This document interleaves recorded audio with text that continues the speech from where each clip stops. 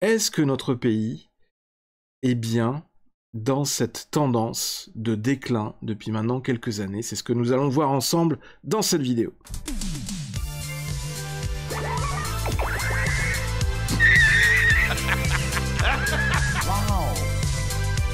C'est toute l'histoire de ma vie. Plus besoin de coquillage. Parlera en présence de ton avocat. Toc toc. Vous savez que vous avez un problème de comportement. S'il peut saigner, on peut le tuer.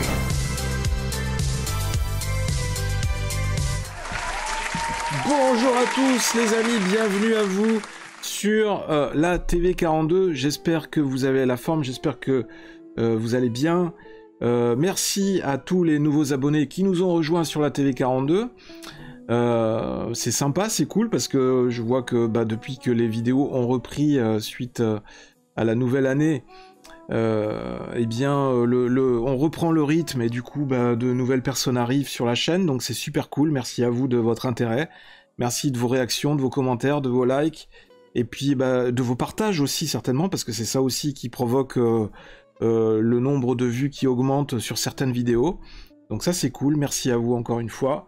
Et puis c'est un grand signe de soutien que vous envoyez à la chaîne, un grand encouragement que vous m'envoyez aussi, et pour me dire que voilà, il faut continuer à faire des vidéos, et j'espère que ça vous divertit, en tout cas, et que vous passez un bon moment à chaque fois que vous regardez les vidéos de la Dose de Geek. Je suis Dose Geek, vous êtes dans votre dose de geek hebdomadaire sur la TV42, The Vault 42 sur YouTube.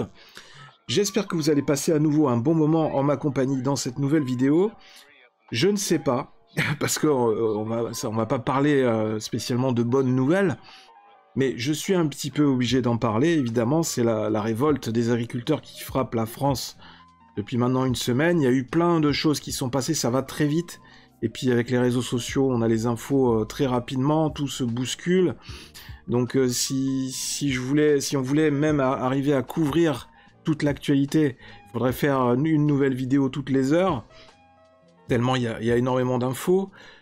Aujourd'hui, on est le lundi 29 janvier, au jour où j'enregistre cette vidéo, et eh bien, il y a de nouvelles infos qui sont tombées, de nouveaux avancements dans la révolte des agriculteurs suite aux fameuses annonces, le premier discours de Gabriel Attal, le Premier ministre, qui a eu lieu dans le sud de la France, pour essayer de calmer un petit peu les esprits, et suite à l'abandon du mouvement de la révolte de la part d'un des principaux représentants agriculteurs qui est Jérôme Bail, un abandon qui s'est passé un petit peu dans des conditions un petit peu polémiques, ça a fait discuter sur les réseaux sociaux, parce qu'effectivement on se demande pourquoi tout d'un coup il s'est arrêté, il a accepté les infos, les annonces de Gabriel Attal aussi facilement, après une semaine de mobilisation, ce qui a un peu laissé dans le désarroi et dans la colère beaucoup d'agriculteurs qui ont décidé, indépendamment des syndicats, de continuer le mouvement et de monter cette fois-ci jusqu'à Paris. Donc on va voir tout ça. C'est ce qui fait un peu trembler maintenant le gouvernement, qui commence à verrouiller un peu les accès à la capitale de notre pays, et notamment le marché de Rungis, qui serait ciblé par les agriculteurs, puisque c'est le réfrigérateur de la France, c'est là où sont stockées toutes les denrées pour alimenter la région parisienne. Et donc les agriculteurs sont en train actuellement de converger depuis toutes les régions de France vers Paris, là où tout se décide en quelque sorte, pour essayer de bloquer Paris et aussi Rungis, pour en quelque sorte affamer Paris et surtout et essentiellement les dirigeants, le gouvernement, les ministres et notre cher président, qui sont un peu à la manœuvre, qui sont au gouvernail de tout ce qui est politique publique en France, et notamment politique au niveau de l'agriculture, qui est, il faut l'avouer, qui dépend beaucoup de la politique agricole commune et de la politique de l'Union européenne, puisque, il faut se le dire, il faut le savoir, c'est l'Union européenne maintenant qui depuis quelques années, qui a la main mise sur tout ce qui est toutes les décisions stratégiques dans le développement de la France, dans la gouvernance de la France, dans ces secteurs stratégiques, que ce soit agriculture, industrie, écologie, etc., etc.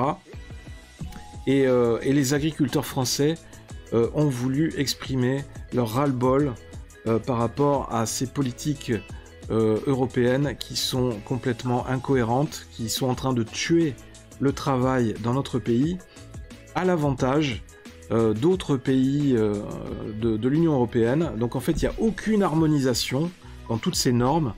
Et nous, les Français, qui avons été, on va dire, peut-être les bons élèves de la classe, en voulant appliquer les normes trop rapidement, les normes européennes, en voulant les appliquer trop rapidement, et peut-être même avec un petit peu trop de zèle, eh bien aujourd'hui, on est les premiers punis par cette politique. Et ce sont les agriculteurs français qui sont punis par cette politique injuste, alors que les autres pays, eux qui ont été plus tardifs et qui n'appliquent toujours pas les normes, sont un petit peu les vainqueurs de cette affaire, et ce qui fait que ça crée un déséquilibre à notre désavantage, et ce qui fait que ça fragilise, ça contribue à fragiliser la France économiquement, industriellement, culturellement, à différents niveaux par rapport aux autres pays de l'Union européenne et aussi par rapport au monde, au reste du monde.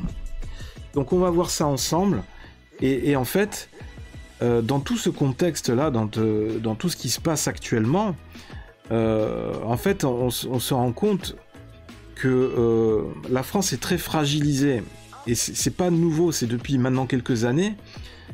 On voit qu'à différents niveaux, dans différents secteurs, même dans le domaine de la santé, dans le domaine des aides sociales, de l'éducation nationale, de l'immigration, on voit qu'il y a plein de choses, même de la délinquance, la sécurité, il y a plein de choses qui ne fonctionnent plus.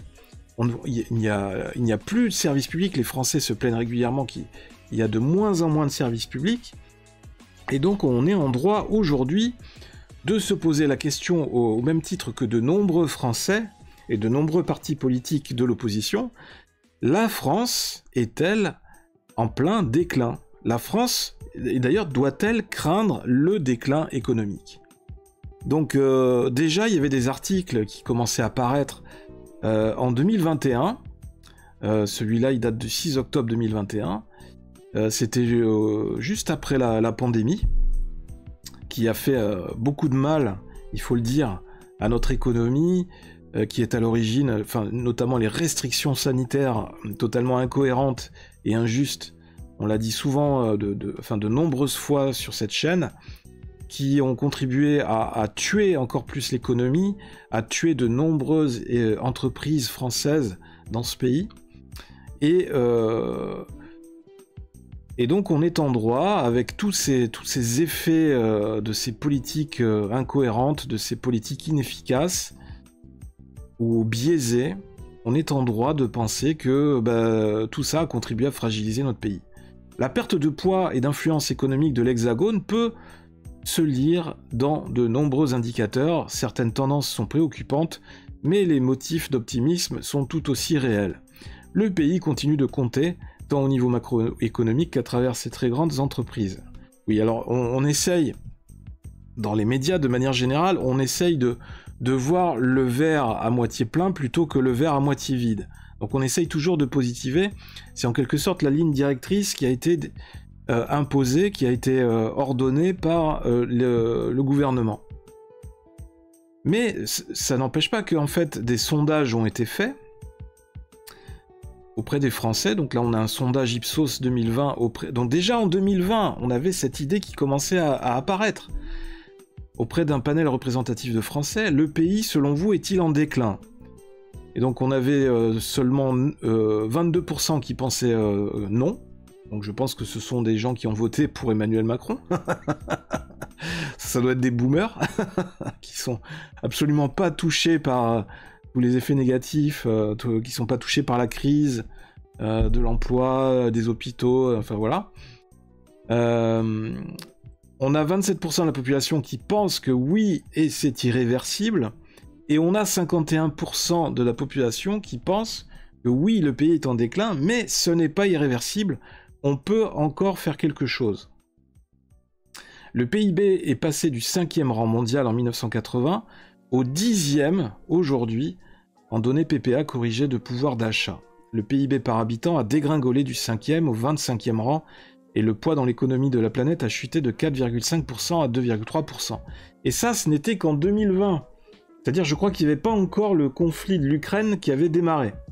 L'Ukraine, je vous rappelle, le conflit d'Ukraine où la France a donné des milliards à l'Ukraine pour soutenir son armement, son armée face à la Russie, dans un conflit qui n'a aucune voie, aucune issue cohérente. Tout le monde sait que le conflit est totalement inégal et que la Russie a de fortes chances de sortir vainqueur de ce conflit. Donc évidemment, je vous mettrai tous les liens que j'ai relevés dans les commentaires, dans la description de cette vidéo. On va continuer, j'avais relevé un autre sondage, donc là sur CNews, 7 Français sur 10 pensent que la France est en déclin. Alors là, c'est un article beaucoup plus récent, ça datait du 3 novembre 2022, donc à peu près, on va dire, il y a à peu près un an. Un sondage de l'Institut CSA pour CNews indique que 7 Français sur 10 sont convaincus que la France est en déclin. 69% oui, contre 31% non. Donc les non ont un petit peu évolué. Ils sont un petit peu plus à penser à vivre dans une autre forme de paradis, dans une autre dimension, et qui pensent que tout va bien, la France n'est pas en déclin. Non, il n'y a pas de problème, il n'y a aucun problème. Et par contre, les oui ont un petit peu baissé, mais voilà, hommes et femmes semblent plutôt d'accord, puisque la réponse affirmative est majoritaire des deux côtés dans les proportions similaires, à 67% pour les premiers et 71% pour les secondes. De qui il parle ? Hommes et femmes, voilà. Donc c'est assez bien réparti. Autant d'hommes que de femmes pensent que la France est en déclin, majoritairement. Et dans toutes les catégories d'âge. D'accord. Par contre, chez les 18-24 ans qui se sentent pas trop concernés, ils ont pas trop la sensation, puisqu'on a que 51% des voix, ils ont pas trop la sensation que la France souffre. Ces résultats rejoignent ceux de l'enquête Le Cœur des Français 2022, réalisée en août dernier par Harris Interactive pour Challenge, la revue Challenge. Alors, les études, tout ça... Voilà, les deux sondages notent toutefois un clivage selon les sympathies politiques des interrogés. La vision décliniste est plus marquée à droite, comme par hasard. Parce que voilà, il faut toujours qu'on ramène ça à la politique. Et de ce côté-là de l'échiquier, 83% des participants à la l'enquête CSA pour CNews considèrent ainsi que la France est en déclin. La victoire la plus écrasante du oui est à chercher du côté des soutiens du Rassemblement National. Voilà, que quand on essaye de voir la réalité en face, on est du Rassemblement National. Ok. À gauche, les réponses affirmatives l'emportent aussi, mais bien moins largement, 58%. Alors, ça veut dire que la gauche, ils vont voter Front National aussi ? Enfin, ils vont voter Rassemblement National ? Les sympathisants de la France Insoumise sont ceux qui adhèrent le plus largement à cette vision décliniste, 62%. Elle obtient moins de suffrages auprès de ceux du Parti Socialiste. Parce que les socialistes, en fait, doivent être dans la partie la plus aisée de la société. Je pense que c'est eux qui ont... C'est cette fameuse vision, entre guillemets, des bobos, la bourgeoisie dorée, de gauche, qui est un petit peu en dehors de la réalité, et qui vit un petit peu sur un nuage, et qui pense ne pas être atteinte par les problèmes de la société, et qui met un petit peu les œillères volontairement sur tout le négatif. En fait, alors qu'actuellement, tous les effets négatifs qu'on est en train de vivre, c'est le résultat, ce sont les conséquences de 20 ans, je dirais même 30 ans de politique socialiste et aussi de politique de droite, enfin des différents présidents de la République qui se sont succédés aussi bien à droite qu'à gauche.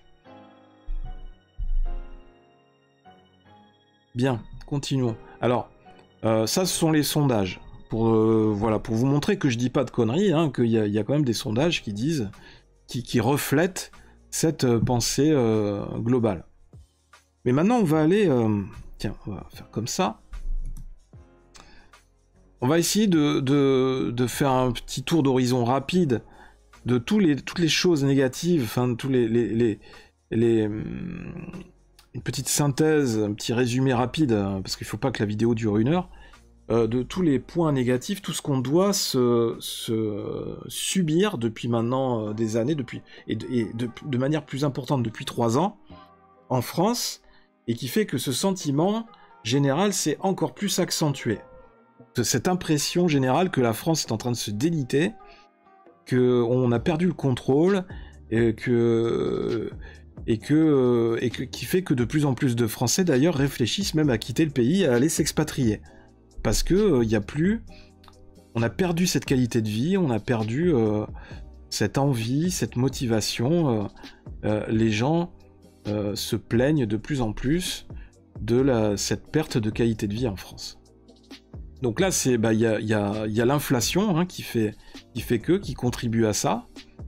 Et là, en début d'année, ça s'est encore rajouté. On croyait qu'au niveau de l'électricité, ça s'était un petit peu calmé et qu'on allait revenir sur des tarifs un peu plus raisonnables, même malgré le fait qu'on a déjà payé très cher, hein, une explosion des prix, des tarifs là, ces dernières années depuis 2 ans, notamment en raison, soi-disant, de la guerre en Ukraine et des problèmes de gaz liés à la guerre. Eh bien non, là, en janvier 2024, Monsieur Le Maire, notre ministre de l'économie, vient de nous annoncer que le gouvernement avait autorisé EDF à augmenter ses tarifs de l'électricité de 10% pour le début de l'année. Donc, dans un contexte d'inflation qui ne semble pas se calmer pour l'instant, on autorise encore une explosion, une hausse des tarifs de l'électricité qui va continuer de miner le pouvoir d'achat des ménages, ce qui est absolument incroyable. Et donc là, on a un graphique comparatif des tarifs de l'électricité dans d'autres pays de l'Union européenne, preuve encore des disparités incroyables, des inégalités scandaleuses qui existent, qui perdurent entre les différents pays de l'Union européenne, qui est censé à l'origine régler tous nos problèmes, c'est comme ça qu'on nous l'avait vendu au départ, et prôner l'harmonie des peuples et des pays dans cette union pour essayer de nous faire tous évoluer, nous développer vers plus de richesse et plus de croissance. Et là, c'est tout le contraire.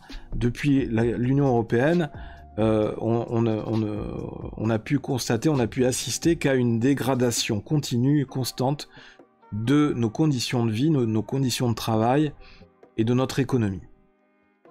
Donc là, Philippe Murer sur Twitter X, l'Espagne a quitté le marché européen de l'électricité en 2022. Le prix de l'électricité a été divisé par 2 en Espagne. Macron, lui, doit cesser de faire souffrir les Français et nos entreprises quitter absolument le marché européen de l'électricité permettra de diviser aussi par 2 les prix en France. Donc prix de revient en France, 6 centimes du kilowattheure. C'est-à-dire ce que ça nous coûte en production. Un prix de vente, on le vend à 12 centimes. Le prix de vente de 12 centimes serait suffisant pour couvrir tous les coûts. Donc c'est ce qu'il dit. Sauf que... alors j'ai pas compris ce qu'il a voulu dire par là. Moi, ce que je sais, enfin ce que j'ai compris dans l'histoire, c'est que tant qu'on est dans le marché européen, on est incapable, on ne peut pas vendre notre... On est lié par des contrats avec l'Union européenne en termes d'électricité, et on ne peut pas vendre l'électricité qu'on produit à un tarif moins cher qui nous permettrait d'alléger nos problèmes de pouvoir d'achat sur les ménages des Français. Donc en fait, avec les contrats de l'Union européenne, contrats d'énergie, on est obligé de maintenir certains tarifs d'électricité à un très haut niveau, ce qui fait que ça nous pénalise nous-mêmes. Donc on produit de l'électricité aujourd'hui, on vend cette électricité à d'autres pays dans l'Union européenne, et nous, on n'est pas foutus de se la vendre nous-mêmes à des tarifs défiant toute concurrence. Non, on applique les mêmes tarifs, on se les applique à nous-mêmes. Donc en fait, on continue, on se tire on se tire une balle dans le pied 2 fois, quoi. C'est la double pénalité, c'est la double peine. Et d'ailleurs, on le voit sur le graphique, regardez. Alors la courbe, regardez la courbe de l'Espagne, la courbe jaune, tout en bas. À quel niveau elle est? Parce qu'ils sont sortis de ce marché européen. Évolution du prix de l'électricité en Europe pour les particuliers, centimes d'euros au kilowattheure. Et nous, en France, on fait partie des plus hauts. On est parmi les pays où le prix est le plus élevé. On est avec l'Allemagne. On est au même niveau que l'Allemagne. L'Allemagne qui est incapable qui n'a pas l'infrastructure suffisante pour se produire, pour être autonome en électricité. Elle est obligée de nous acheter l'électricité. Et ils sont obligés de relancer des mines de charbon pour produire de l'énergie. Ce qui est totalement incohérent et en contradiction avec la politique d'écologie, les normes environnementales et écologiques de l'Union européenne. Mais c'est pas grave. Donc, on est en capacité de produire de l'électricité, mais on continue à se tirer une balle dans le pied et à persister, à pratiquer des tarifs d'électricité qui sont hors de prix, qui sont très élevés, au même niveau que ce qu'on vend aux autres pays de l'Union européenne, qui sont dépendants de nous notamment et des pays producteurs d'électricité. Donc, où va tout cet argent? Il y a quelqu'un, je pense, qui doit... il y a une marge énorme, donc je pense qu'il y a quelqu'un qui doit faire des profits énormes dans cette affaire. Certainement des lobbies industriels qui ont signé des contrats avec l'Union européenne. Et avec Madame Ursula von der Leyen, qui a souvent été aussi prise en défaut, ou prise à défaut, je ne sais pas comment on dit, notamment sur les contrats de vaccins au moment de la pandémie.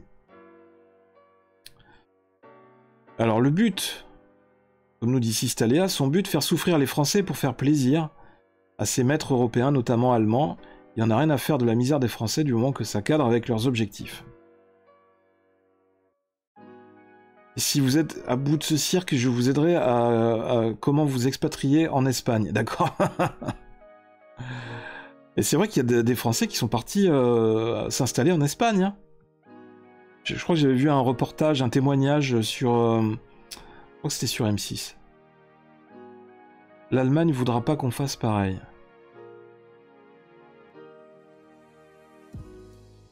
En même temps, nous laissons faire. Alors attends. Macron a augmenté sciemment le prix de l'électricité pour pouvoir financer l'Ukraine avec l'argent des Français.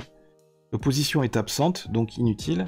Il va falloir renverser la table de ce casino où tout est pipé, truqué et où seules les élites gagnent. Ça, et surtout supprimer la loi qui introduit des concurrents artificiels. Alors c'est vrai ça aussi, parce que normalement, on nous avait vendu aussi la concurrence. Normalement, on devait ouvrir le marché pour ouvrir à la concurrence, et ça devait tirer les prix vers le bas. Et c'est totalement le contraire. Donc encore une fois, il y a une grosse escroquerie là-dedans. Grosse arnaque.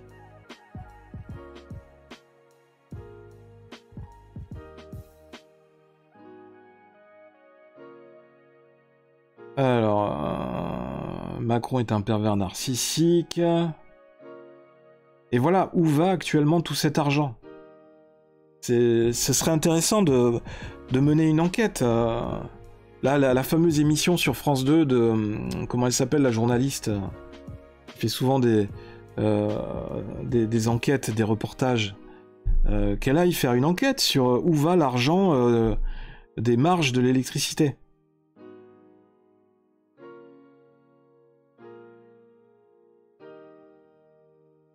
Alors là, on a quelqu'un qui nous dit « Faux, l'Espagne n'a pas quitté le marché européen de l'électricité. » Bah, faudra m'expliquer. Alors oui, c'est une contre-info de France TV Info, d'accord. Alors c'est ça le truc, c'est que chacun donne sa vérité. Et donc on est tout le temps en train de vérifier qui dit vrai dans l'histoire, qui a tort, qui essaye de faire de la propagande, qui essaye de faire de l'intox. Sauf que, enfin, je suis désolé, tu peux me balancer toutes les infos que tu veux, il n'y a pas photo. Si tu compares les prix de l'électricité, les tarifs de l'électricité en France qu'on doit payer, et les tarifs de l'électricité qui sont pratiqués en Espagne, je pense qu'il n'y a pas photo. Donc ça s'explique comment? Alors voilà, il y a plein de commentaires, il y aurait des liens, enfin on pourrait cliquer sur tous les liens si on voulait y passer des heures. Mais moi je veux pas non plus y passer des heures, le but c'était de montrer que voilà, il y a plein de choses qui, cumulées les unes aux autres en France, bah, font que les Français ils sont à bout quoi. Les gens en ont marre, et c'est ce qui explique que on a des révoltes de plus en plus régulièrement de toutes les différentes corporations. Alors là, voilà la crise des hôpitaux, crise de la santé. Alors là, c'est une info qui vient de tomber là aujourd'hui, lundi. Il s'appelait Lucas, 25 ans, il est mort après 8 heures d'agonie dans un couloir aux urgences. Il n'est pas le seul. De plus en plus de Français meurent à l'hôpital dans l'indifférence. Interrogés par le Parisien, des soignants décrivent un enfer. Donc là, voilà un exemple des urgences, du couloir des urgences, avec les gens qui sont malades et qui sont dans un couloir, voilà, sur un lit et qui attendent pendant des heures. Et donc le jeune Lucas avait chopé un virus de la méningite, d'après ce que j'ai compris, parce que j'ai entendu à la radio. Et donc il y a eu un mauvais diagnostic, mauvaise condition d'accueil, et donc les soignants l'ont laissé sur un lit comme ça dans un couloir d'urgence pendant plusieurs heures, alors qu'il aurait fallu qu'il ait un traitement à base d'antibiotiques au maximum dans les 3 heures juste après la manifestation des symptômes. Et en fait, il n'a pas été traité à temps, puisqu'il est resté plusieurs heures dans ces urgences, et il est décédé comme ça, dans de très dures souffrances, puisque c'était des maux de tête très violents, des maux de ventre, des vomissements, et voilà. Et donc c'est l'état de la santé en France, l'état des hôpitaux. Les conséquences de la destruction de l'hôpital depuis 30 ans. Voilà. Et alors, effectivement, il y avait ce fameux discours de Macron qui disait « On est en train de réinventer un modèle, c'est plus dur de le réinventer quand tout n'a pas été détruit. » Donc effectivement, il y a plusieurs sens. On peut l'interpréter, cette phrase, de différentes façons. Est-ce que c'était d'ailleurs un discours par rapport à la restructuration, essayer d'inverser la tendance au niveau du secteur de la santé? Et donc, est-ce qu'il voulait dire par cette phrase « On va détruire le système actuel de la santé pour essayer de réinventer un nouveau modèle » où en fait, est-ce qu'il faut comprendre que seuls auront accès aux soins les plus riches pour essayer de faire des économies, on ne soignera pas les plus pauvres, où on ne délivrera plus de soins gratuits?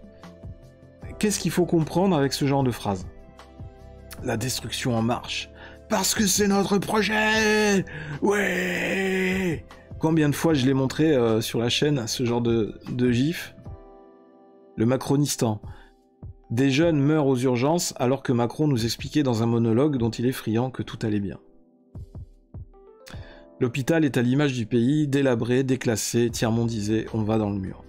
Donc voilà, encore une fois, encore un signe qu'il y a quelque chose qui ne va pas dans ce pays, hein, plutôt que les gens sont abandonnés. Voilà, il y a un abandonnisme flagrant où les politiques, les décideurs ne prennent plus leurs responsabilités Et encore une fois, un signe qu'il n'y a plus d'argent. Il n'y a plus d'argent pour financer les services publics, pour financer un système qui fonctionne. Alors que on a des taxes, des impôts qui n'arrêtent pas d'augmenter d'année en année. Donc où va tout l'argent? Le déficit n'arrête pas d'augmenter, la dette publique n'arrête pas d'augmenter. Les services publics sont de moins en moins efficients, il manque cruellement d'argent d'année en année. Et où va tout l'argent? Où va tout l'argent public? Il y a un énorme problème. Et alors sans parler de l'insécurité, la crise des cités avec la révolte des délinquants et des racailles qui a eu lieu cet été en France, qui ont tout détruit dans les grandes villes pendant au moins 2-3 semaines. Et on voyait bien que les forces de police étaient impuissantes, puisque même les commissariats et les maisons de police se faisaient attaquer par les délinquants.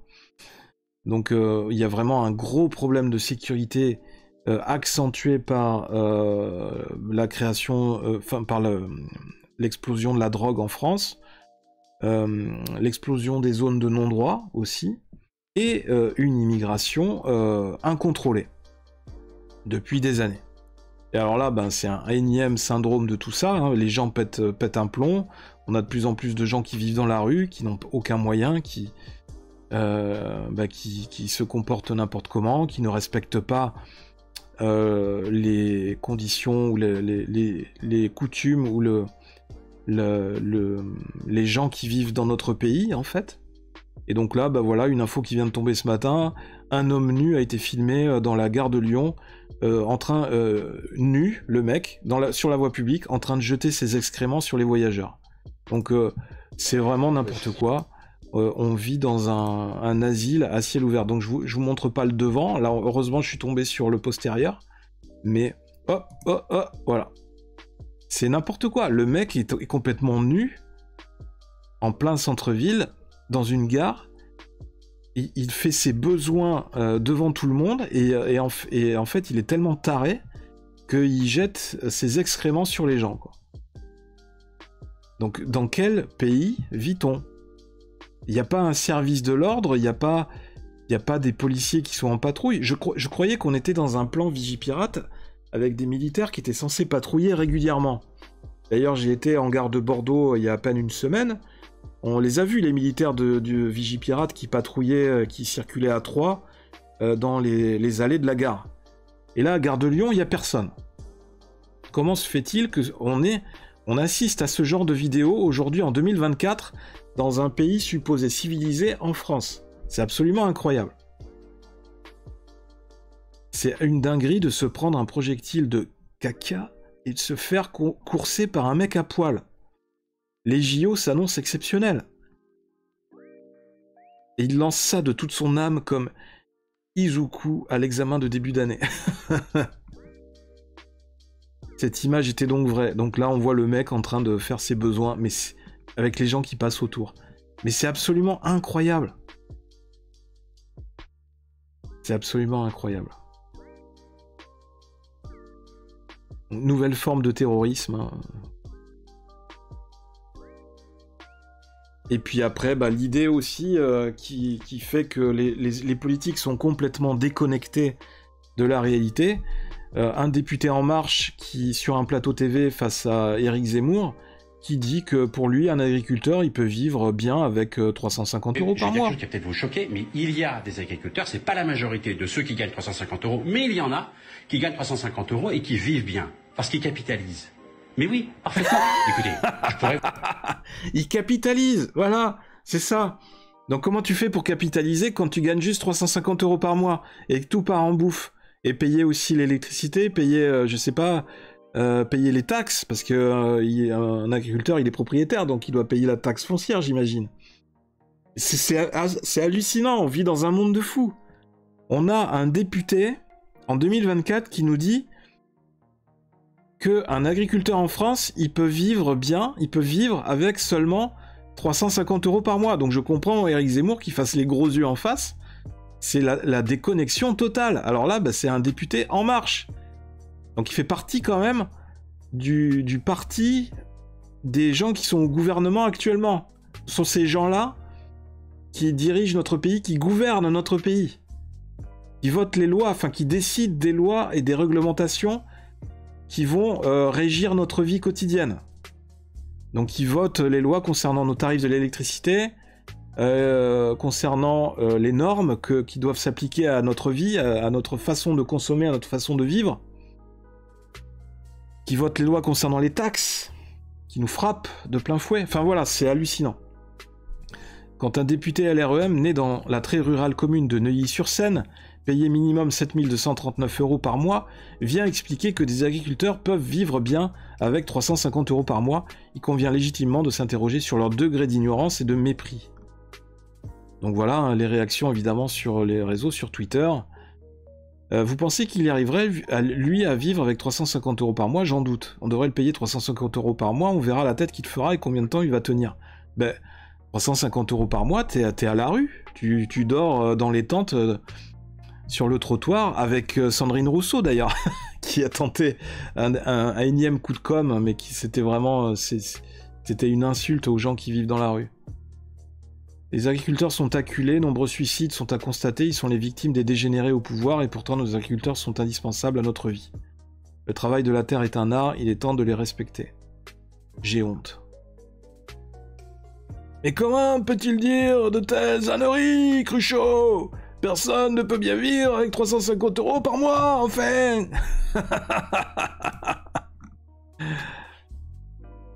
Je suis agriculteur et je gagne 830 € par mois, et je ne vis pas bien. Ben, je comprends, je comprends. Je dirais même que les gens qui sont au SMIC, ils ont du mal à s'en sortir, putain. Et je comprends pas qu'un élu, un député, sorte une connerie aussi énorme. Déconnecter de la réalité, ils suivent tous les ordres de Bruxelles, faut virer ses pantins et vite.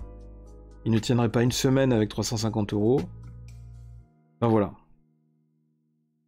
Donc faut comprendre du coup, quand on nous sort des choses comme ça à la figure quotidiennement, il faut comprendre que les agriculteurs, leur réaction, il faut comprendre qu'ils soient en colère, qu'ils soient énervés.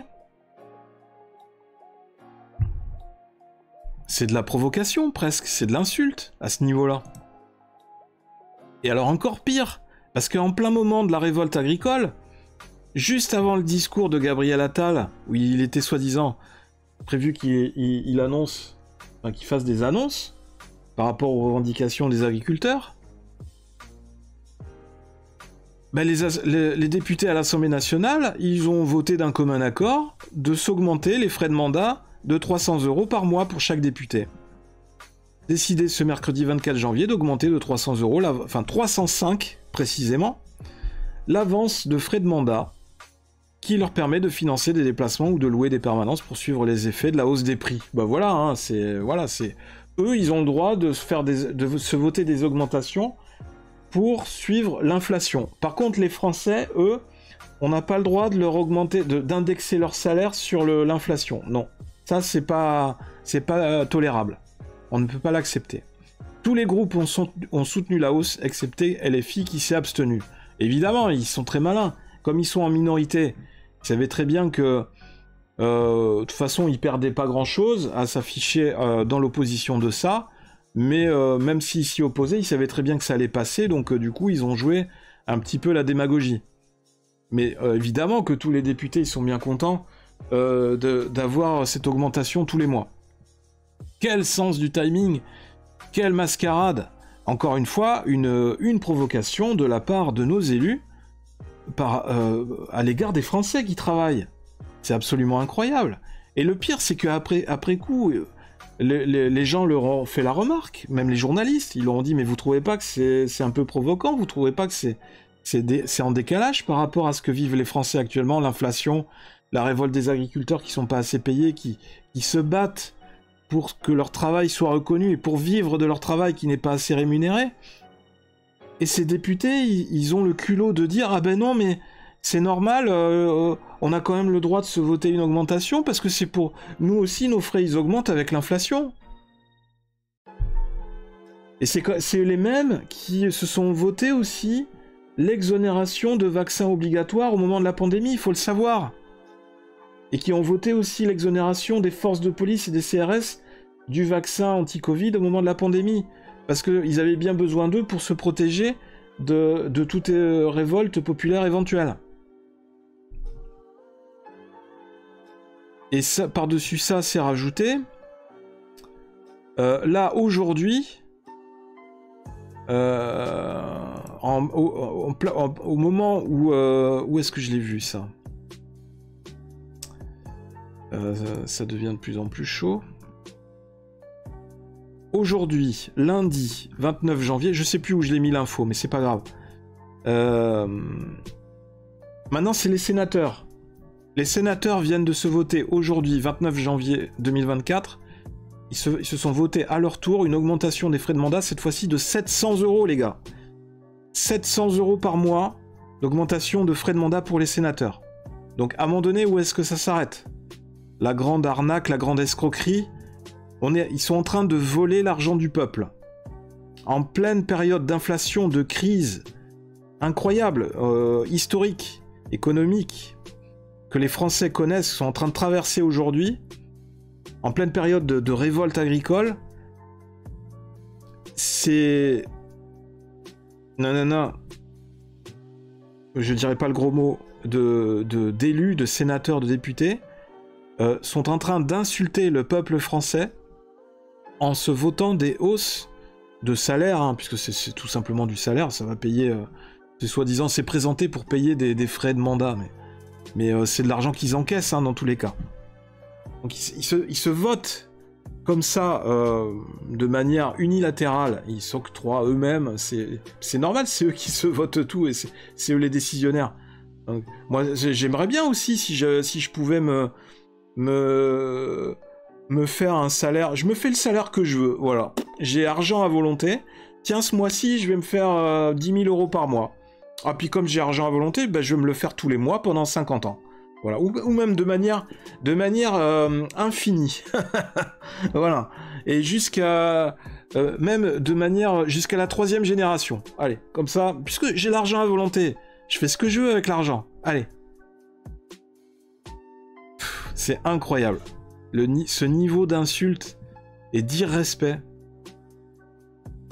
Et donc pendant ce temps, ben voilà, un petit point sur le mouvement des agriculteurs qui monte à Paris. Donc normalement aujourd'hui, enfin jeudi soir, là, ce soir, normalement ils doivent être en train d'arriver à Paris. Ça devient de plus en plus chaud à Paris. Ici, en ce début d'après-midi, déjà les tracteurs sont en place aux Invalides. Alors évidemment, sachez que les blindés des CRS sont déjà en place depuis une semaine, hein, on les attendait. C'est marrant parce qu'au moment de la crise des délinquants, des racailles cet été, qui ont tout détruit dans les grandes villes de France, la police était débordée, on n'arrivait pas à stopper le mouvement, on en était même à un point où on se demandait si ils allaient pas décider à un moment donné d'envoyer l'armée dans les rues, mais ils voulaient pas. Ils ont juste envoyé le GIGN et le RAID, je crois, ponctuellement sur des petits points chauds, quoi. Mais en fait, il y avait des racailles partout. C'était la fourmilière. Ils étaient incapables d'arrêter les jeunes. Et donc, ils étaient complètement débordés. Quand c'est les gilets jaunes, on envoie les CRS, les blindés, on envoie tout, on les fracasse, les mecs. Quand c'est les agriculteurs, on leur envoie les blindés aussi, tout est balisé, tout est... Voilà. Par contre, quand c'est les délinquants qui fracassent tout, qui détruisent tout, qui brûlent tout, les bâtiments publics, qui attaquent les commissariats, etc., non. Où est l'armée? Où sont les blindés? Où sont les forces de CRS? Non, tout d'un coup, ils ont disparu. C'est absolument incroyable. Et pendant ce temps-là, alors oui, ça c'est rigolo, Macronescu joue les Globetrotters. Effectivement, en plein début de... C'est marrant, hein, ce timing. En plein début de la crise agricole en France, de la révolte agricole, Macron était déjà parti en Inde. Et là, au moment où ils sont en train de monter sur Paris, il a fait juste un retour sur Paris. Il est resté quelques heures, le temps de décorer 2-3 personnes, et il est sur le point de repartir en Suède. Donc le mec, il a la tangente en fait. Le mec ne veut pas affronter la réalité en face il y a une crise majeure dans son pays. C'était comme au moment de la crise des racailles, la crise des cités cet été. Le pays était à feu et à sang, le pays était en train de brûler dans toutes les grandes villes en France pendant 2 semaines. Macron, où était-il? Macron avait disparu, il était encore à l'étranger. C'est un truc de fou. Dans les moments importants où son pays est en train de brûler, son pays est déchiré par une grave crise, à chaque fois, ce président de la République se débrouille pour être à l'étranger et ne pas se sentir concerné par ce qui se passe dans son propre pays. C'est absolument incroyable.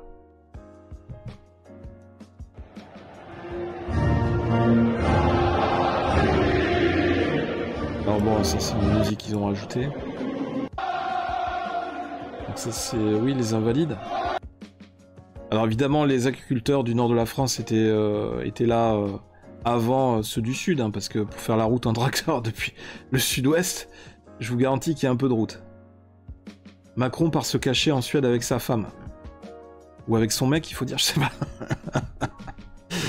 Oh, oh, oh, oh. Alors ensuite, oui voilà, ça c'est les sénateurs qui se sont votés 700 € par mois, un surcoût de près de 3 millions d'euros d'argent public, voilà, donc c'est super. Ah voilà, la France produit de l'énergie nucléaire à 40 €, la vend à 42 € et la rachète à 397 €. Bonne année les gueux. Ça c'est bien, ça résume bien ce que je disais au niveau des tarifs de l'électricité. Le convoi qui vient de partir d'Agen pour bloquer Rungis est l'un des points les plus importants du mouvement. Tenir 72 heures pour couper Paris de son alimentation et faire tomber la Macronie, attaquer l'Union européenne. Et c'est ça le gros défi, c'est que je pense que même en bloquant Paris, ça va pas changer grand-chose. Je pense que c'est au niveau de Bruxelles, c'est à Bruxelles qu'il faudrait faire le blocus. Au niveau du bâtiment de l'Union européenne, de la Commission de Bruxelles. Il faudrait carrément aller bloquer Ursula dans son bureau, quoi. Parce que c'est à Bruxelles que ça se décide. Des centaines de tracteurs vont tout au long du trajet vers Rungis venir grossir le convoi. Les routiers et taxis sont aussi mobilisés. Les particuliers sont invités à venir apporter du renfort avec leurs véhicules. Le peuple reprendra ses droits, ses libertés et sa souveraineté par lui-même. Mais je croyais que la coordination rurale, elle voulait pas trop que les gilets jaunes, les gens qui travaillent pas là, elle voulait pas que les gilets jaunes rejoignent le mouvement. Parce que la coordination rurale, ils avaient des propos un petit peu provocateurs aussi. Un petit peu irrespectueux vis-à-vis des autres couches de la population. Manière de dire, il y a que les agriculteurs qui travaillent en France. Non, je suis désolé. Il y a d'autres personnes qui travaillent, vous n'êtes pas les seuls à souffrir de la politique de nos gouvernants. Il y a d'autres masses salariales, il y a d'autres travailleurs, d'autres secteurs de travail qui souffrent aussi en France de l'inflation, des mauvaises politiques, des gens qui en bavent, qui triment pour un salaire de misère. Il n'y a pas que les agriculteurs qui souffrent. En France, on est en train de souffrir de la médiocratie. C'est la dictature de la médiocrité. Ou la démocratie de la médiocrité, si vous voulez, si vous préférez. On est gouverné par des gens médiocres, des gens incompétents, et qui font la promotion de gens incompétents. Stéphane Séjourné, le ministre des Affaires étrangères, a démontré qu'on pouvait devenir ministre avec le niveau CE1 en français, c'est vrai. Il fait des fautes d'orthographe et de vocabulaire et de grammaire à chaque phrase, à chaque discours. Et voilà, quand il s'agit de mouvements français, gilets jaunes, agriculteurs en colère, le gouvernement antinational envoie les blindés pour les mater. Mais quand il s'agit de mouvements immigrés, ce même gouvernement ordonne aux forces de l'ordre de rester l'arme au pied. Traître. Le gouvernement marche sur notre constitution. Ils trahissent le peuple et ne l'écoutent plus. Alors bien évidemment, je ne suis pas d'extrême droite, je suis apolitique, je tiens à le préciser, parce qu'évidemment, il y a des gens qui vont forcément me cataloguer extrême droite, juste parce que je partage ces propos. Et il faut juste à un moment donné regarder la réalité en face et voir ce qui se passe et avoir une vision objective par rapport à tout ça. Sinon, à ce moment-là, bah, vous avez qu'à laisser la porte ouverte chez vous et puis vous laisser massacrer par les gens qui ont faim et qui ne respectent aucune règle. Il n'y a pas de problème. Vous pouvez tendre la joue gauche si vous voulez, mais moi, c'est pas mon cas. C'est pas ma politique.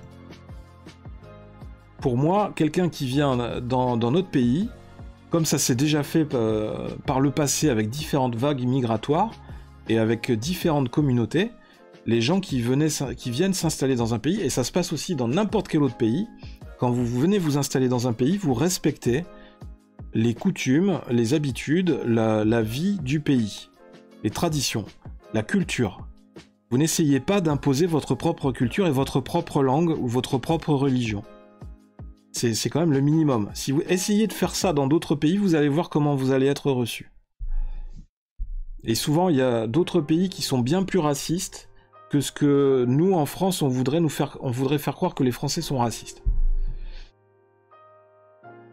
Justement, c'est à cause de ces préjugés et de ces critiques, de ces remarques perpétuelles que, en fait, en France, on est devenu trop laxiste et qu'on a laissé faire trop de choses.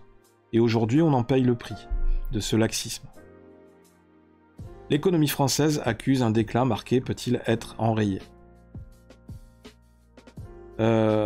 Pour autant, avec une thérapie de choc ad hoc, elle peut relever la tête et retrouver son rang de locomotive de l'UE, juge notre chroniqueur Marc Touati, économiste et président du cabinet ACD-EFI.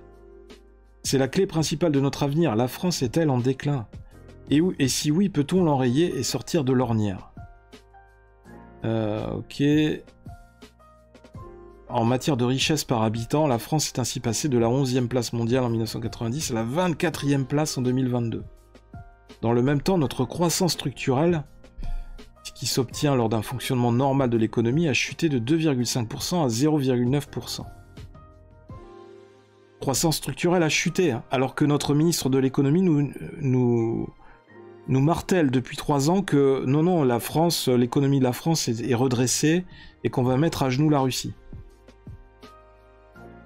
Et ce, en dépit de la flambée des dépenses publiques, dont le poids dans le PIB est passé de 52% à 58,5%, mais aussi l'explosion de la dette publique qui a flambé de 30% à 115% du PIB. Comment en est-on arrivé là? La réponse est malheureusement tout aussi simple et glaçante, en dépit des nombreux avertissements qui ont été régulièrement envoyés aux dirigeants du pays depuis 25 ans.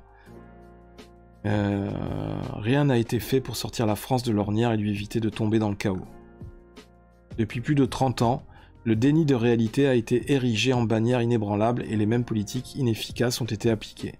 Toujours plus d'impôts et toujours plus de dépenses publiques mal orientées. Et le tout avec bien entendu les mêmes résultats encore et toujours, de moins en moins de croissance et très logiquement de plus en plus de déficit et de dette publique. 3 décennies d'échecs, les récents dérapages semblent avoir suscité les mêmes réponses.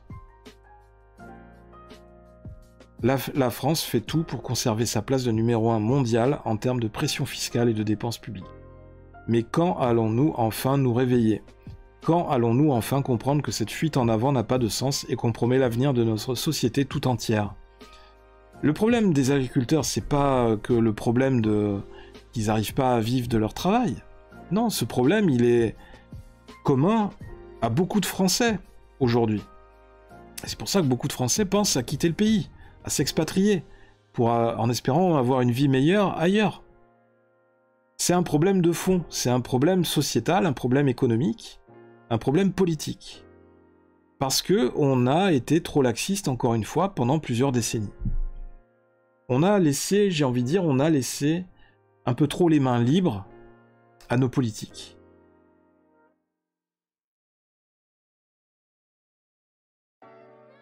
Une thérapie de choc bienveillante.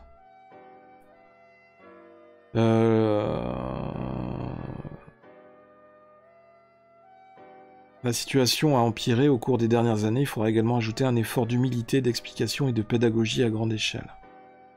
Alors le programme, que propose l'économiste Marc Touati, c'est une thérapie de choc bienveillante. Baisser les impôts pour tous. Réduire les dépenses publiques, notamment de fonctionnement. Diminuer le coût du travail. Ça, c'est vrai, tout le monde le dit, hein, baisser les charges sociales. C'est ça qui tue le travail en France, qui tue les entreprises. Moderniser le marché du travail et supprimer le caractère obligatoire des 35 heures. Innover massivement et développer les formations adéquates. Faciliter le financement de l'économie, développer la culture économique des Français. Bon, après, voilà, vous avez... ça, c'est son livre, Reset 2, Bienvenue dans le monde d'après de Mark Touati. Où, en fait, il développe toute sa théorie économique. Voilà, l'image de la France, évidemment, sera redorée sur la scène internationale, alors qu'aujourd'hui, elle est vraiment ternie. Hein. Et les Américains se rigolent de la France hein, quand ils voient les images affligeantes de déchetterie, de l'état de délabrement des rues à Paris, enfin, c'est incroyable. Donc je vous laisse parcourir tout ça dans les liens dans la description de la vidéo. Et pour finir, un article qui appuie encore plus ce que dénonce Mark Touati, hein, la France, championne du monde des impôts. C'était un article du 13 décembre 2023 sur Le Point. Donc c'est pas plus actuel, on peut pas faire plus actuel. Hein. Le chiffre de la semaine, avec un montant de prélèvement obligatoire représentant en 2022 46,1% du PIB, la France devance la Norvège et l'Autriche. La France, championne du monde des impôts. Ça n'arrête pas d'augmenter en fait, ça ne s'arrête jamais. Et c'est normal, et quand vous voyez du coup que les députés, les sénateurs s'augmentent allègrement les frais de mandat tous les ans, c'est mécanique. Il faut s'attendre à ce qu'ils continuent à augmenter les taxes, les impôts pour financer tout ça derrière. Voilà. C'est un truc de malade. C'est un truc de malade. Le Mexique a le taux le plus bas des pays de l'OCDE. La Norvège juste derrière la France. Les impôts, voilà, tout ça. Bon, tout ça c'est des moyennes, des taux, du PIB. J'ai pas envie de revenir là-dessus. En gros, gardez en tête que voilà, c'est en France où on paye le plus, et je ne sais pas si ça va s'améliorer. Enfin voilà les amis, je voulais pas faire une vidéo trop longue parce que voilà, la liste est longue hein, des choses, c'était juste que il fallait essayer de... Je voulais arriver à dire l'essentiel par rapport à l'actualité, et essayer de faire comprendre à une majorité de gens en fait que le problème des agriculteurs, le problème de salaire, de tarifs, etc., enfin les prix à la vente, les prix alimentaires, tout ça, ce n'est pas... Enfin, c'est un problème supplémentaire à côté des autres problèmes structurels de notre société. Ce n'est pas en essayant de régler les problèmes les uns après les autres, en essayant de trouver des remèdes miracles, en essayant de mettre des pansements ponctuellement sur chacun des problèmes, en s'attaquant aux conséquences de cette manière que on réglera les problèmes sur le long terme. Non. C'est-à-dire que vous... Monsieur le ministre, il est bien gentil, mais il peut essayer de donner... d'annoncer qu'il va donner quelques millions d'euros par-ci par-là aux agriculteurs pour les aider à vivre un peu mieux, ou à augmenter leur rentabilité, mais... ça ne réglera pas le fond du problème, et dans 1 an ou dans 2 ans, le problème va revenir à la charge, parce que le problème des normes environnementales, des normes trop pesantes, des réglementations et des lois structurelles définies par l'Union européenne et par nos politiques, n'auront pas changé et seront toujours plus contraignantes, seront toujours plus incohérentes. Aujourd'hui, si on veut régler tous ces problèmes d'inflation, de pouvoir d'achat, de coût du travail, de délinquance, de sécurité, de santé, si on veut retrouver l'argent et le remettre de manière adéquate au poste clé pour renforcer la France, pour la réindustrialiser, pour relancer l'économie, relancer la croissance, recréer de l'emploi, redonner l'envie aux gens de travailler, il faut s'attaquer à ces problèmes, il faut s'attaquer à la cause, à la source des problèmes. Il faut s'attaquer à ces causes structurelles. Et ces causes, ça réside dans les lois qui ont été votées ça réside dans des décisions totalement aberrantes qui ont été votées, qui ont été adoptées en assemblée par des gens corrompus, des gens qui gagnent 3 fois trop d'argent par rapport au travail réel qu'ils font, qu'ils effectuent. On doit remettre l'État au cœur, c'est-à-dire, je veux dire, le peuple, les gens, les citoyens. On doit remettre tout ça au cœur de la gouvernance de ce pays. Et on doit redonner à la France, à notre nation, sa souveraineté. Ce n'est pas à l'Union européenne de définir ce que les Français doivent manger ou comment ils doivent travailler et à quel prix. L'Union européenne est encore plus déconnectée que nos propres politiques. Donc, comment l'Union européenne pourrait savoir ce qui est bon pour les Français ? Il n'y a que les Français qui peuvent savoir ce qui est bon pour eux. Donc, c'est aux Français, quelque part, de reprendre possession de leur destin. Je ne sais pas encore comment, mais je pense que si à un moment donné on veut avoir un changement dans notre mode de vie, dans notre façon de faire ou de voir les choses, si on veut véritablement avoir des changements dans notre quotidien, ces changements, il faut aller les chercher, il faut les mériter, enfin il faut les provoquer. Et ça ne se fait pas par le discours, par la discussion, par la négociation avec ce genre de personnes, puisqu'on l'a bien vu depuis des décennies, depuis 30 ans maintenant, ça s'est toujours soldé par de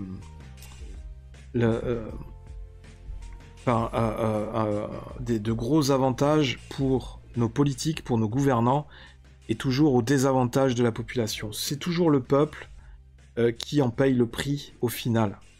Sinon, aujourd'hui, on vivrait très bien si tout s'était très bien passé, si on avait pu leur faire confiance. Mais aujourd'hui, on voit bien qu'au bout de 30 ans, on ne peut pas faire confiance.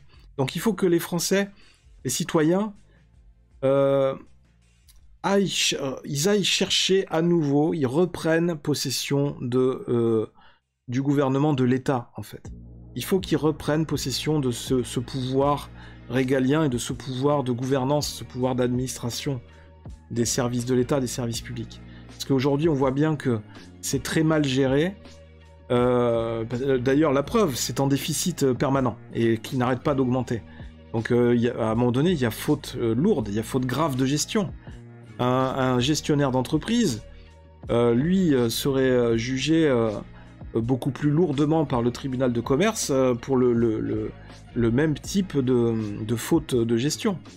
Donc là, il y a faute de gestion caractérisée, puisque ce sont des politiques qui ne font qu'aggraver le déficit public et la dette publique d'année en année, et de présidence en présidence.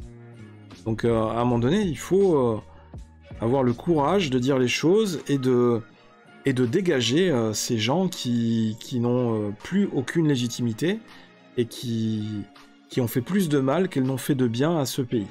Voilà. C'était le discours politique de DosGeek sur la TV42. Non mais voilà, parce que j'en ai marre, voilà, je suis comme la plupart des gens qu'on croise dans la rue, je suis comme les agriculteurs, à un moment donné on en a ras-le-bol, et on veut aussi profiter du fruit de notre travail, et arrêter d'être dans la souffrance, de lutter pour vivre, alors qu'à côté de ça, on voit des gens qui vivent très largement et qui touchent des salaires qui 10 fois plus, voire 20 fois plus que le commun des mortels, et ça n'est pas normal. À un moment donné, il y a quelque chose qui ne va pas. Donc, ces salaires ne sont pas mérités, je suis désolé. Qu'est-ce qui justifie des salaires aussi élevés ? À un moment donné, c'est aller aussi haut parce qu'on a laissé faire. Si on avait été beaucoup plus regardant, si on avait beaucoup plus discuté ces augmentations, les parlementaires qu'on a aujourd'hui ne seraient pas rémunérés à un si haut niveau qu'ils sont rémunérés aujourd'hui. Voilà, c'était mon mot de la fin. Pour conclure, on se retrouve très vite pour une prochaine vidéo. N'hésitez pas à me laisser vos réactions, vos commentaires dans les commentaires de cette vidéo. Tout simplement, merci de liker, de partager la vidéo, de vous abonner. Je pense que la vidéo va faire 1 heure, c'est pas grave. Merci à tous d'être restés jusque là. Merci pour votre courage et votre patience. On se retrouve très vite sur la TV42, c'était DosGeek. Gros bisous à tous. D'ici la prochaine vidéo, laissez parler le geek qui est en vous. Gros bisous à tous. Bye!